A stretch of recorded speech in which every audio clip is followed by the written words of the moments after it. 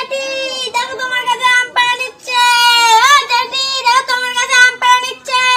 আরে আমি আম পাচ্ছি না, আমি তোর ভয়ে আমি এই মৌসুমী লেবুটা এখানে বসে খাবো। কেন বসে যাচ্ছে কেন? তোর ভয়ে? আমার ভয় কেন? তোমার ভয় খাবো না, তুমি যদি ভাগ নাও। ও বাবা তুমি খুব চালাক। হ্যাঁ আমি এই গাছে উঠে মৌসুমী লেবু খাচ্ছি। এই যে একটা ছোচা আছে, এই ছোচাটা শুধু বলে আমায় দাও। ওর ভয়ে আমি এই গাছে উঠে এখন মৌসুমী লেবু খাচ্ছি।